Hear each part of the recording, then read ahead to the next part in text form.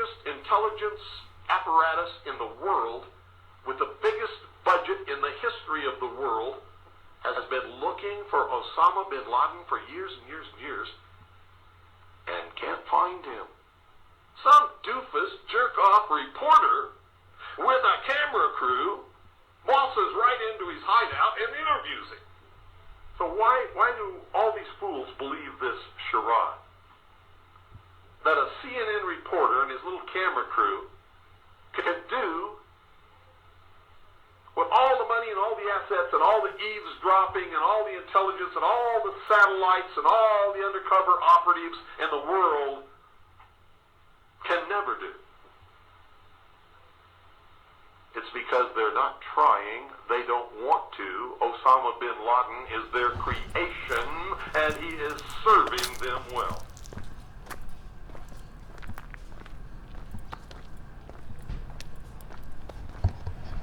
Hello there. So, okay, hello.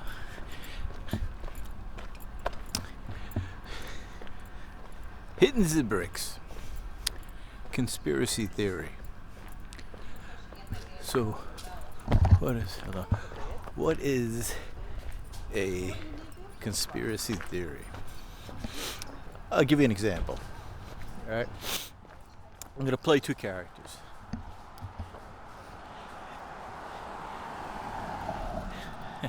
Hey, Joe. Hey, Bob. Joe, you know Tim in marketing? Sure, I know Tim in marketing. Tim's an asshole. Yeah, that's what I'm saying. Tim's an asshole.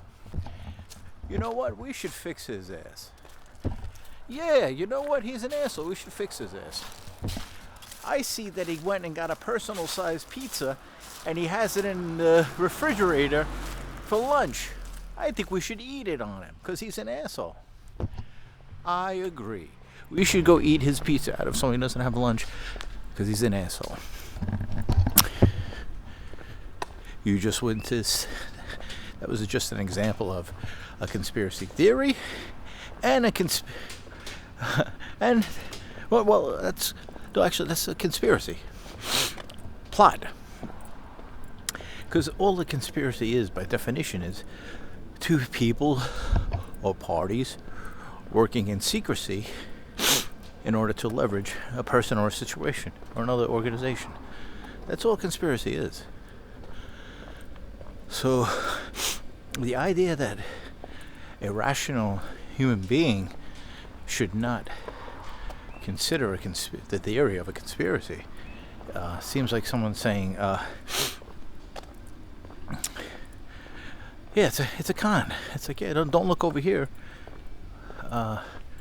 So it's something to think about. And to have media put that out like that. Well, anyway, I won't go into it. I guess I'll just leave it at that. We need to understand the terms we're using. So.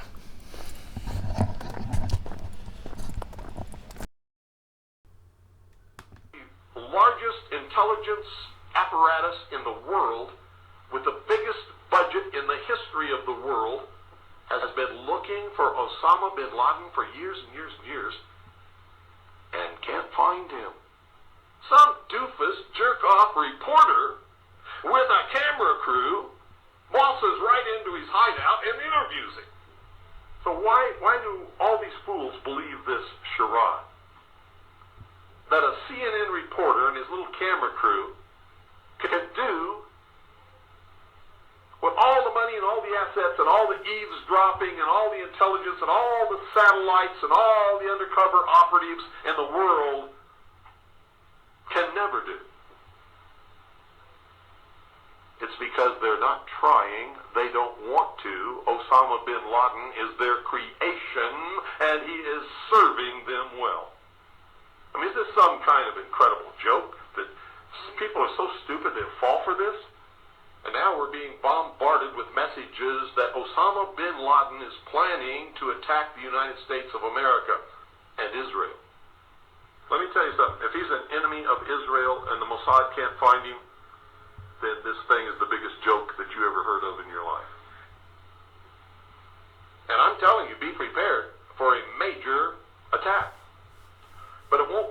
Osama bin Laden, it will be those behind the New World Order who once again want to take the guns and the freedom away from the American people, because we're the only ones left in the world who can oppose the destruction of freedom in the world and the implementation of a one-world totalitarian socialist government, and that is the goal. And whatever is going to happen that they're going to blame on Osama bin Laden, don't you even believe it. Another social engineering project to change the minds and the attitudes and the beliefs of the people of the world, and especially the United States, to bring about one world socialist totalitarian government. I wonder what Osama bin Laden's targets are supposed to be. And if they don't, if this doesn't materialize in the next 2 or 3 weeks, it will eventually materialize, because they haven't succeeded in getting the guns out of the hands of the American people, nor have they succeeded in taking our freedoms away. In fact, there's been a great awakening in this country and a big backlash against these Marxist, communist, puke-faced, lying, subversive, Nazi, jackbooted Gestapo thugs that is gaining momentum. And so I can tell you with a certainty, they must do something terrible in order to stop this backlash and regain the sympathy of the mass herds of sheeple out there. And supposedly, we're not the only nation searching for Osama bin Laden. So the vast economic resources, the vast technological resources, the vast personnel resources, the vast networks and intricate web spun over all these years by the CIA, the FBI, and the NSA can't find Osama bin Laden, but CNN can? Bullshit. What a crying shame. How in the world could this country of all nations breed such a dumbed down, unthinking, illiterate, uneducated, stupid, ignorant population?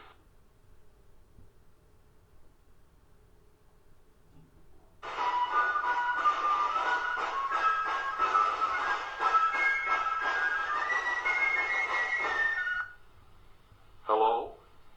Anybody home? Or have you all just had a total migration of your brain power? You know what I'm talking about out there. And you know me, folks. I only care about the truth, period. The truth. And it's about time some of you got acquainted with the real hard truth. Well, you see, the government knows they can't pull another Waco. They got to try and get us to do something to justify what they want to do. Something stupid, so that they could actually declare martial law and start rounding people up. Should always be prepared for any emergency. Oh, I was telling people to get prepared and stock up on 2 years of food storage and water and guns and ammunition and everything 8 years ago. Remember, we must have the moral high ground. So we have to wait for them to do something that justifies acting. Whoever fires the first shot loses. I've said that since 1989. I've been telling people that, and it's the truth.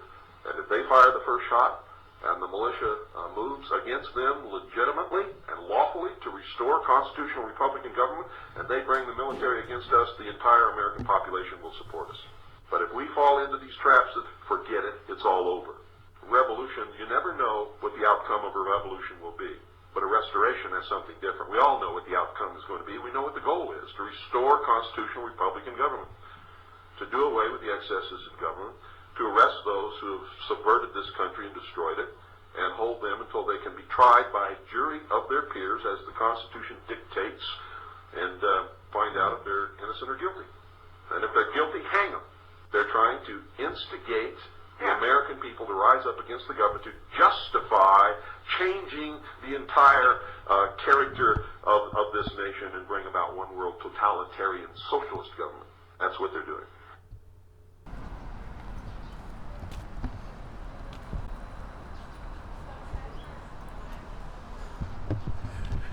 Hello there. So, I was watching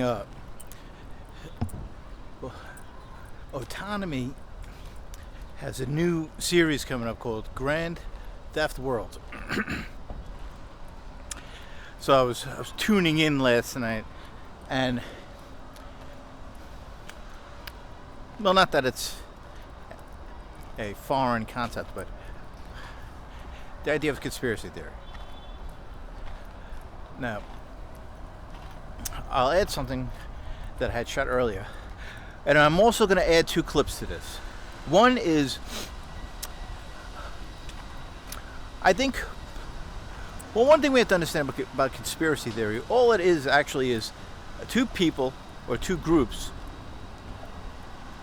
making arrangements or plans that another person or group is not privy to, and use it against them, or create some kind of event that doesn't involve them. That's simply what a conspiracy is. So now, last night we were talking. The conversation brought up the idea is like we don't all seem to be aware of the factors because we're being steered by a media that is basically owned.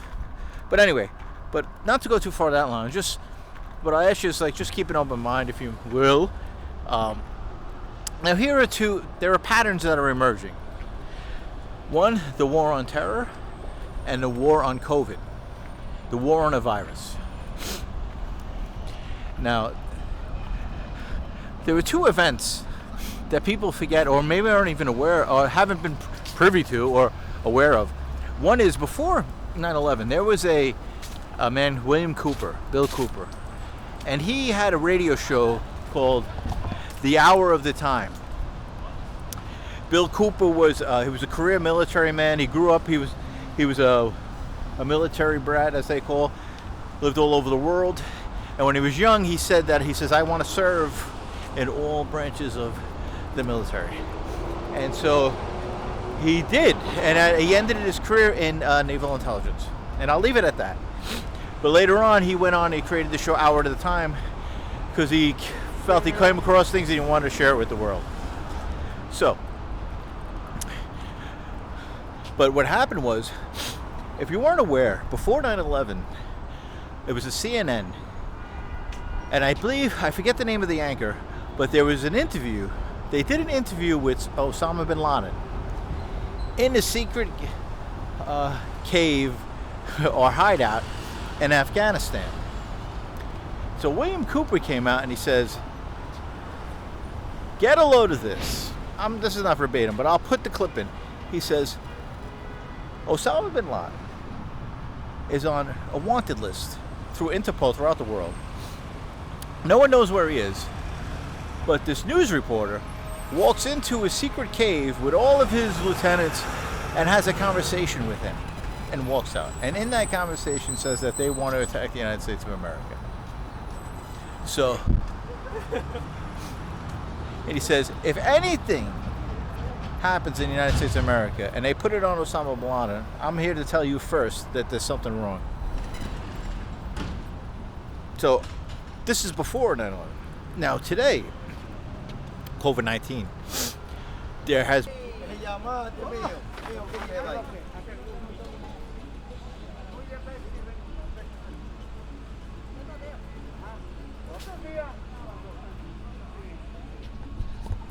welcome back. Had a brief commercial break. Well, not really a commercial break. Following up with William Cooper. I was stopped for a moment by, I don't know if you know the actress Selma Hayek. She stopped me for a second and asked me if she could take my temperature. So I begrudgingly agreed. The hard way. See, that's bullshit. I'm just throwing out bullshit. This is like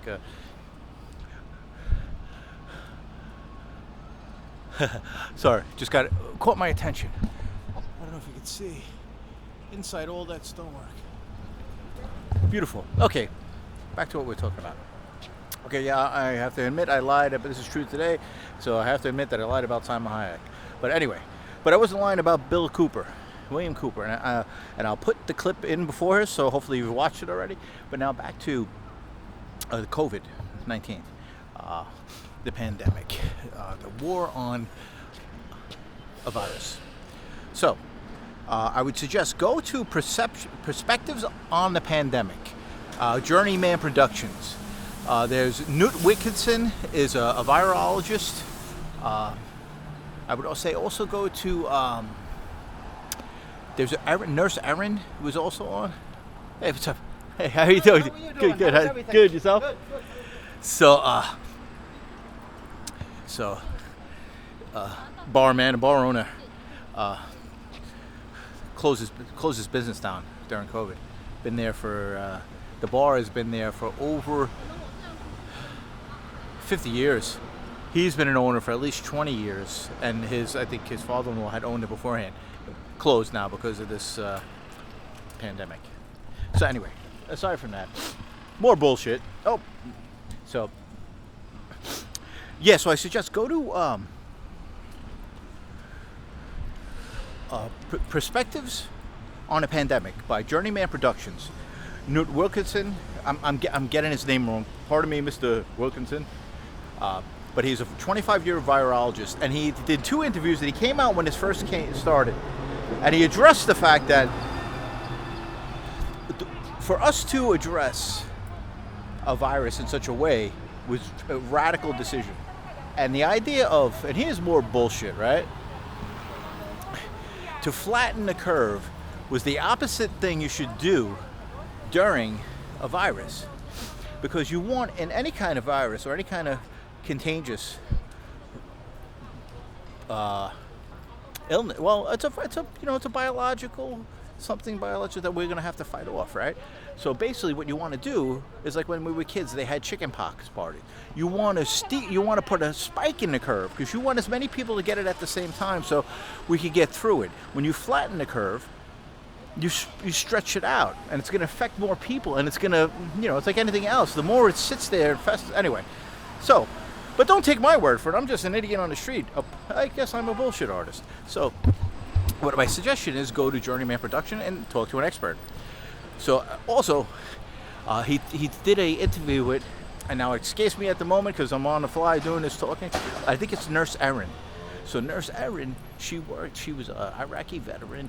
She went to, she was from Florida. She came up from New York, and she worked at Elmhurst Hospital at the epicenter of COVID-19. And so she worked there, and she ended up, there was a lot of issues there. She basically said they're killing people.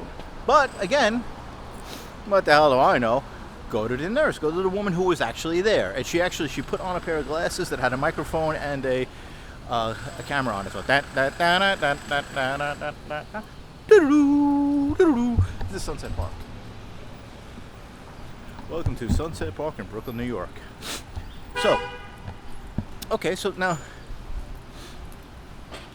what struck me was in the patterns, and I'll suggest this as well.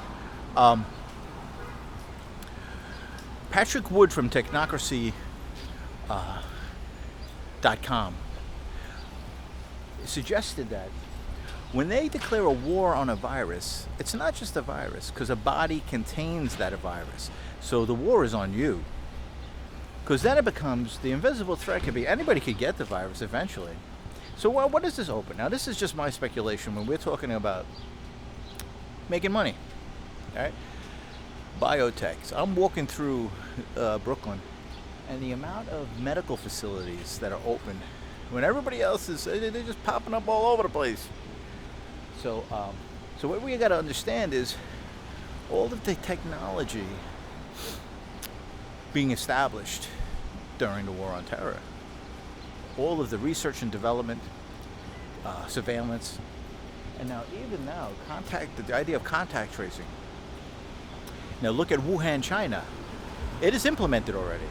And now if they have technology over there that is a total 24, like Wuhan, if you don't understand, hello. China is a communist country, but now they would say that Wuhan is a technocracy. Now what would that mean? technocracy. I'll put in a clip to this again because I'm just a knucklehead with a camera walking down Sunset Park. Take a look.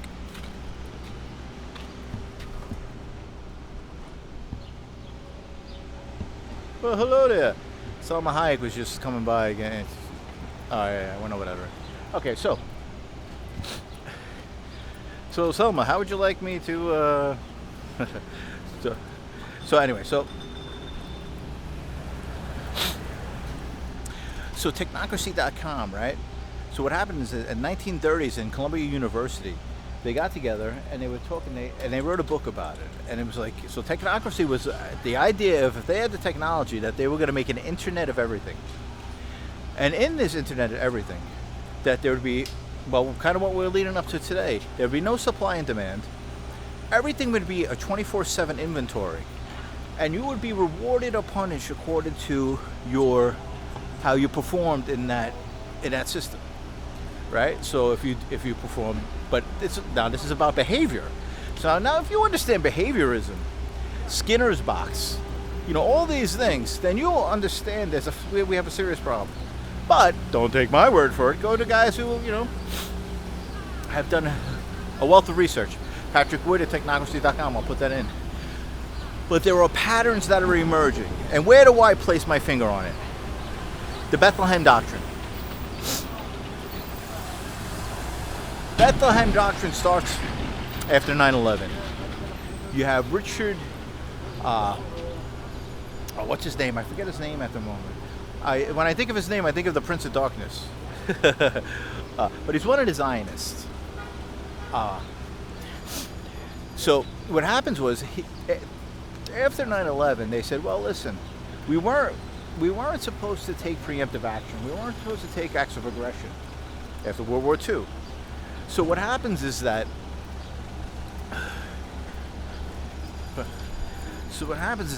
we come up with the idea, right? This is the idea. How's it go? No, thank you. So this is the idea that if someone is around the corner with a gun, that it's just, well, we need to go out, then it's up to us to stop them. It's our responsibility to stop them, right? And we're calling that imminent threat. So then we start taking these preemptive actions, which is really against all the laws of war that were written beforehand, and against any of the principles of the United States of America as regarding acts of aggression. And now look how that turned out. But what it establishes was all of Homeland Security, the surveillance state, every idea of how could we stop a crime. But it's not about just stopping a crime. What about all the things that can be misused, which goes against everything in our Constitution? Now, we did that with war. The invisible threat then was terrorism. What's the invisible threat now? The virus that may or may not be in you. What are the preemptive actions? Well, it could be any virus, really. How would you know? Who knows? Hey, listen, he could have it, I could have it. You could have it too. Why don't we? Watch out how. Don't go. You went to. You go try on shoes at the shoe shop. Hell, you could have COVID. It's ridiculous. So these preemptive actions, so here's the pattern, right? It's an invisible threat. Terror. Who's a terrorist? How could that label be put on anybody in any situation? Because it's ambiguous. Virus. Anybody could have it. It can be put. COVID has 26 different strains. They can mutate. It's ridiculous. And here are other factors. Patterns that emerge. One, all of the source data regarding COVID-19 came from the Imperial College of London. I believe his name was Ferguson. And it was never validated. Never validated. And we have the whole world, some places in lockdown, businesses closed down. So now we say, well, that's fair enough. Even if we go on, well, there's a crisis, we had to stop everything just to make sure. Now we're sure. People like Wilkinson, there are doctors all over the country, all over the world saying that, even the own numbers that we have say that this is not a pandemic. It's simply not. So then there's something else going on. And the fact of the matter is, the freedom to assemble has been taken away. The freedom of speech. People walking around with masks on their faces. This is a way of controlling someone's body. They're interfering with their breathing, their interaction. I mean, it's fucking insanity. 9/11. Go to architects and engineers. There's thousands of engineers who have come forward and saying there is, without a doubt, scientific evidence that the NIST report is faulty, if not fraudulent. That's not an opinion. These are the guys who build buildings and put them up, right? The architects and engineers that understand how those things are saying, no, it's impossible. I mean, that's. So go to architects. So don't listen to me. I'm just an idiot walking around with a camera in Sunset Park, Brooklyn. I actually, you know what's funny? I didn't even realize it, but when I was a kid, I grew up in this building. Before I was 5 years old for a brief time in this apartment building on 56th Street, and 5th Avenue. I just stopped here. I was unaware that actually it was there, but I lived there and I remember as a kid, there was a guy in one of the apartments that had a snake. Me and a bunch of friends had a few like reticulated pythons, Burmese pythons, but he put a piece of plexiglass on along the corners of the wall, and he had a snake. Anyway, so this is hitting the bricks, baby. I'm just giving information and talking and having a conversation, hitting the bricks. So patterns are emerging. So please, I'm gonna put in the either I'll just put in a clip of the William Cooper talking about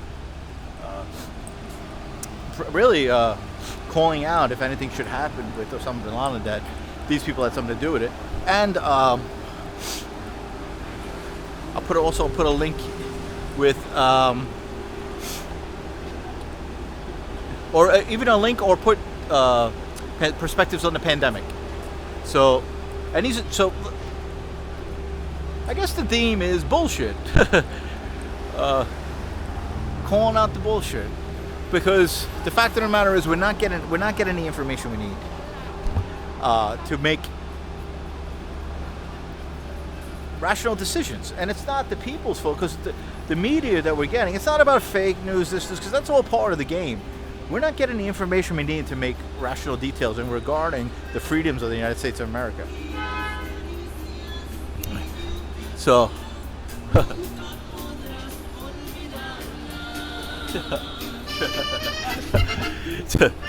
it's making patellas. I have to maybe go buy one later. So anyway, I'm walking down Sunset Park, Brooklyn, and patterns. This is a loose kind of conversation, but I would suggest go check out people who are doing, painstaking reference work. Go to Richard Grove, James Corbett. There's a site starting up called Grand Theft World. Check out if you're interested. If you want to get connected with people who are just trying to get outside of the box, go to the Autonomy Group. Check it out. Have a call. See what these people are doing. Because if you feel like you're caught in a box and anyway, if you have an idea what I'm talking about, go check it out. Check out Tragedy and Hope,